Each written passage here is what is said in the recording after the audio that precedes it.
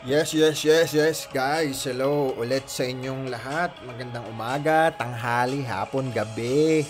Kahit nasa ka man sa mundong yan. Kahit anong oras mo man yan napapanood, yung channel natin na yan. Mr. KGB Crypto, guys. This is your service para sa ating mga kung ano-anong mga pinagsasabi sa online about crypto. Pero nakapokus itong mga buwan na to or yung mga una nating content tungkol siyempre sa ating AXS o Axie Infinity staking. So, staking natin ang Axie ng yung token natin, yung AXS. So, tuloy-tuloy. Kumbaga, sabi ko nga sa inyo guys, 1 year mahigit ko na itong ginagawa. Pero ngayon lang ako nakapagawa ng video na tuloy-tuloy. So, pang 31 video ko na to. Pang 31 o pang 30 video ko na to. So, refresh na natin. Ang petsa pala ngayon ay November 27, 2023, 1:39 AM. Kanina guys, tumaas ito napansin ko to kanina, nag 238 na to eh. Parang umangat kanina si AXS. Pero syempre, check natin mamaya-maya. CoinGecko. Check natin CoinGecko.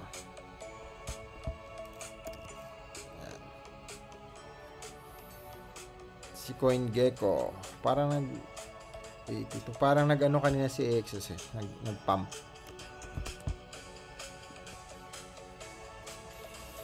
Nag 390 nga siya kanina guys. Ayun no. 390 siya kanina.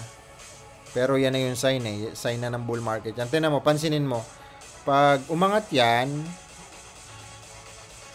magre-retracement lang dito, pangat na ulit. So, hindi na siya bababa dito. Kadalasan pag pa bull market. Pero syempre, hindi naman tayo financial advisor para magmagaling. Nagsasabi lang naman tayo sa experience lang natin. Pang sarili ko lang tong vlog na to Hindi ko to, kumbaga, lagi natin sinasabi na hindi tayo financial advisor at mas maganda, kumbaga, doon kayo magtanong or sa may mga lisensyado na kasi may mga lisensyado na financial advisor. So, yun yung mga sa insurance, yung mga kung ano-ano pa man, mga pag-aaral ng backtrace ng mga nakaraang taon about mutual fund, about stock market, about big company, yung mga blue chip company. So, ayun. Kasi itong crypto, bago lang to guys. So, bago lang siya sa pandinig ng karamihan. Pero matagal na to. Kasi ako 2015 nag-start, mga December. Pero ito kasi mga 2009, tama? Parang ganon si Bitcoin. So, ngayon guys, take na tayo. Ngayong araw, meron tayong 36 AXS. Restick lang natin. Dating gawi. Ganun pa rin. Wala namang nagbago. So, ayun, tapos na. And punta na tayo sa Katana. Katana, check natin kung magkano yung na meron tayong kinita ngayong araw. At mga 20 plus to, sigurado. 20 plus. O higit. Kasi parang lagpas ng 24 hours to eh. Ayan, 30. 30 ron. So, meron tayo stake mga 50. So, meron na tayo dito ang total of 18,000. So, mahigit mga 1 million na rin siguro to. Kulang 1 million. Okay. Swap lang natin guys. Medyo pause ako kasi galing ako sa meeting. So 15.5 pwede na siguro yun. 15.5 para may tira. Kasi 31 eh. Okay. So ayun lang ang mga usap-usapan natin ngayon. Nga pala guys marami kasi ngayon mga NFT games may mga nakakausap ako about NFT games. About sa mga may marketing plan na NFT games. Ingat-ingat kayo sa mga ganun guys. O siguro pabor yan ngayon kasi bull market. Pero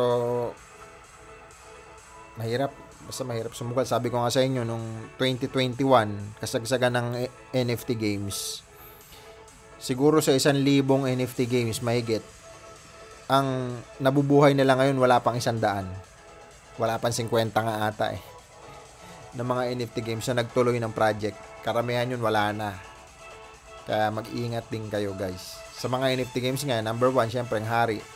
AXS, Axie Infinity. Hanggang ngayon, nandyan. Yung Gala, ganun din. Naglabas na sila ng Gala movie.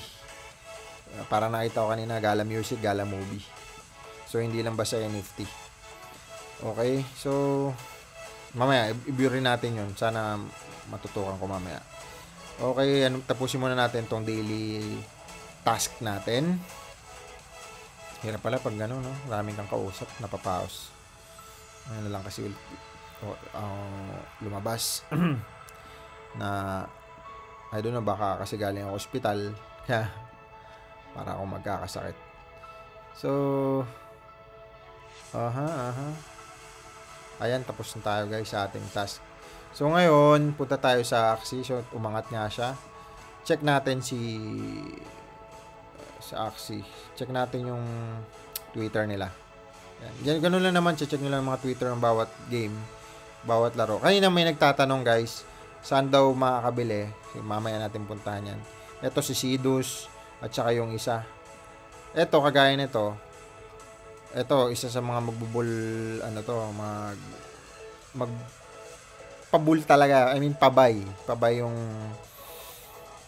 magiging projection talaga nitong NFT games na to, si Sidus. So, pero kung kukumpute mo yan guys imagine mo 2 years ago, 2022, all-time high niya, 9.85. 9.85. Divided by, ang presyo niya ngayon, 0.41. Sorry. 9.85 divided by 0.81, 41. 24 times. Ulit nga. 9. Madodoble ko guys divided by 0.41. 24 times. So kung naglagay ka dyan mga 10,000, o ako na lang 100,000, linagay ko dyan kasi 100,000.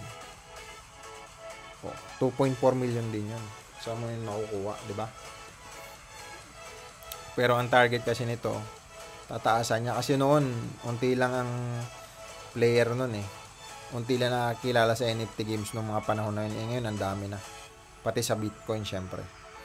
So, para ka makabili niyan, mga Sidus na yun. Dito, kunyari, punta ka lang dyan, CoinGecko, tapos punta ka lang sa market. Pag pupunta mo sa market, syempre, ito yung mga exchanger. Kasama na dyan yung Binance. Kaso dito, yung token na to, wala pa to sa Binance. So, mabibili mo lang yan dito sa mga exchanger na to. Yan, Uniswap, Gate.io. Ayan, ang marirecommend ko dyan, yung Gate.io at saka yung Gate.io. KuCoin, maganda rin yan. Tsaka Bitfinex. Kaso marami kasing mga pipilapan dito Ito, mahigpit na rin ngayon to. Dati maluwag yan Pero marami kasi itong ina-add na token, yung mga bago lang. Kaya sabi ko nga sa inyo, kung bibili kayo ng mga token ng mga bago lang, na nangangarap kayo mag times 100, times 1,000 ng doble, nandyan yun sa maliliit na exchanger. Kasi si Binance, hindi yun si Binance, top 1 siya, di ba? Hindi siya basta-basta nag-a-add ng token na walang mga pinapasang, kunyari, list na may-ari, taga saan yung may-ari, yung mga KYC.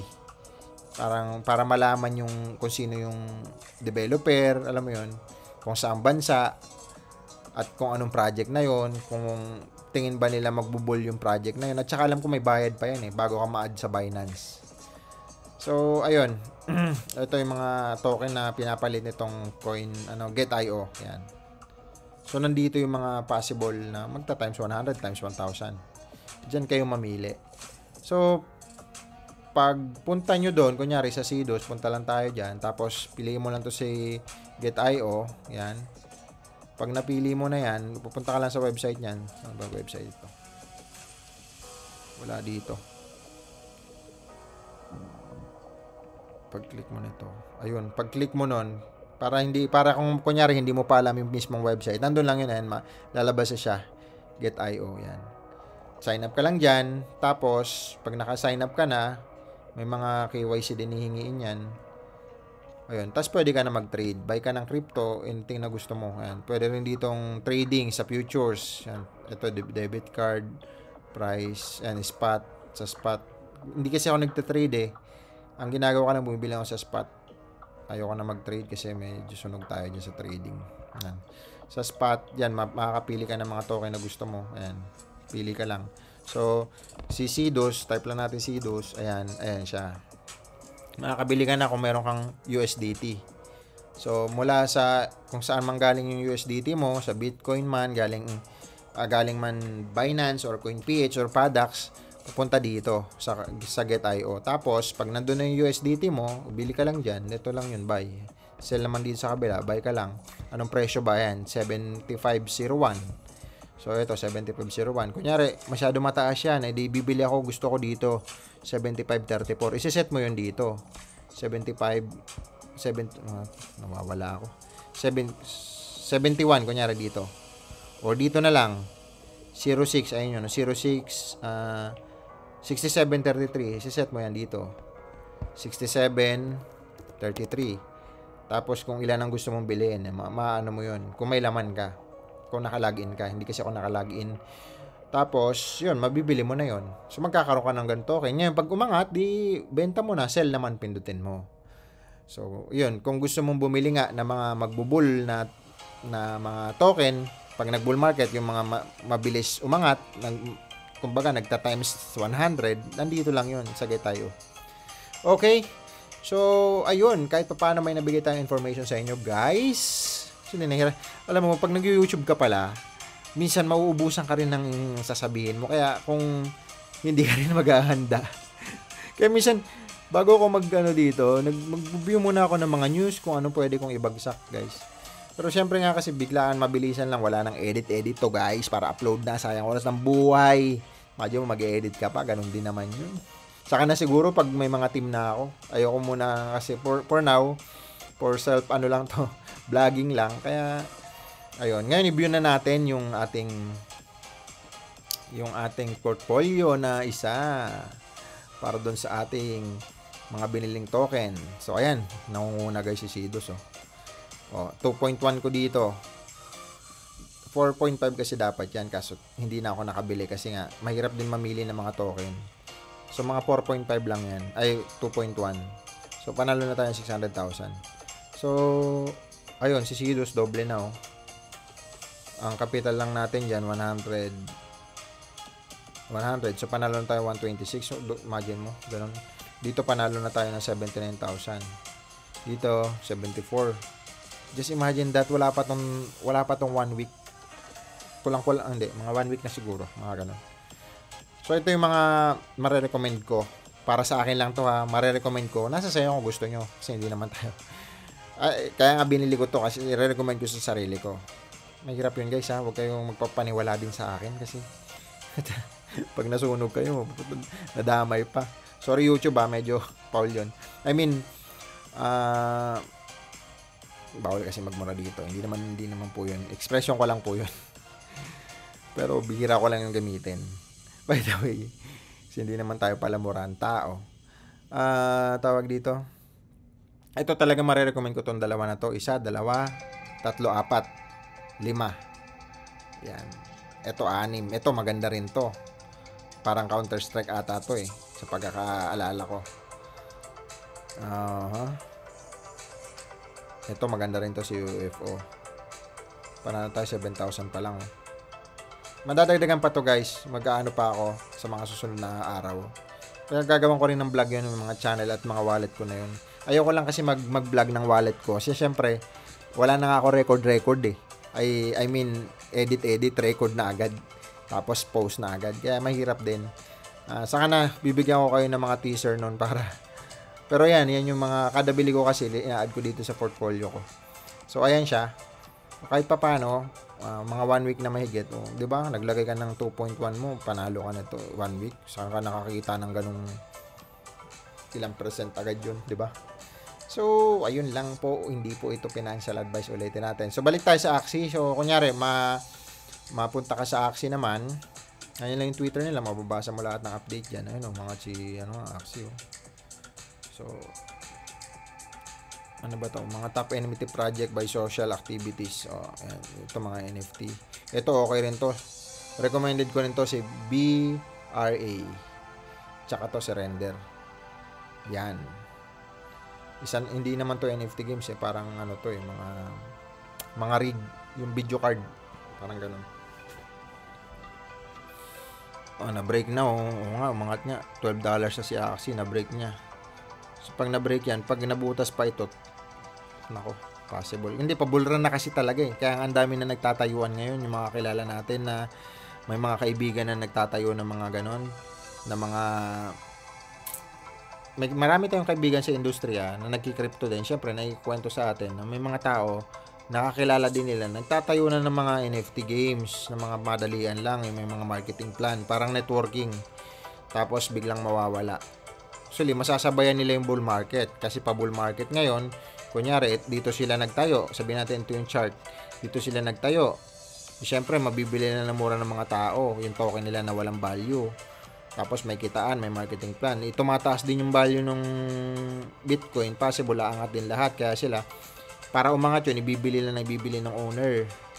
Yan, bibili siya, siyempre kakapitalan yan. Tapos pag nandun na, sobrang dami na ng nakikita ng mga tao umangat, bibili rin yung mga tao. Pag umangat ng mga bigla nilang idadump yun, pababa, bag, sunog. So liquidity na. I mean, ano na yung account. Sunog na, talagang rug pull ang tawag doon. So parang nakabili ka doon sa mataas, siyempre maraming advertisement, pataas na, yaman na tayo, ang dami natin token, tapos biglang idadump ngayon ng owner kasi siya ang pinakamaraming holder eh. Idadump niya yan, pag na-dump, wala na. So ganun lang yung kaingat kayo sa ganun ha.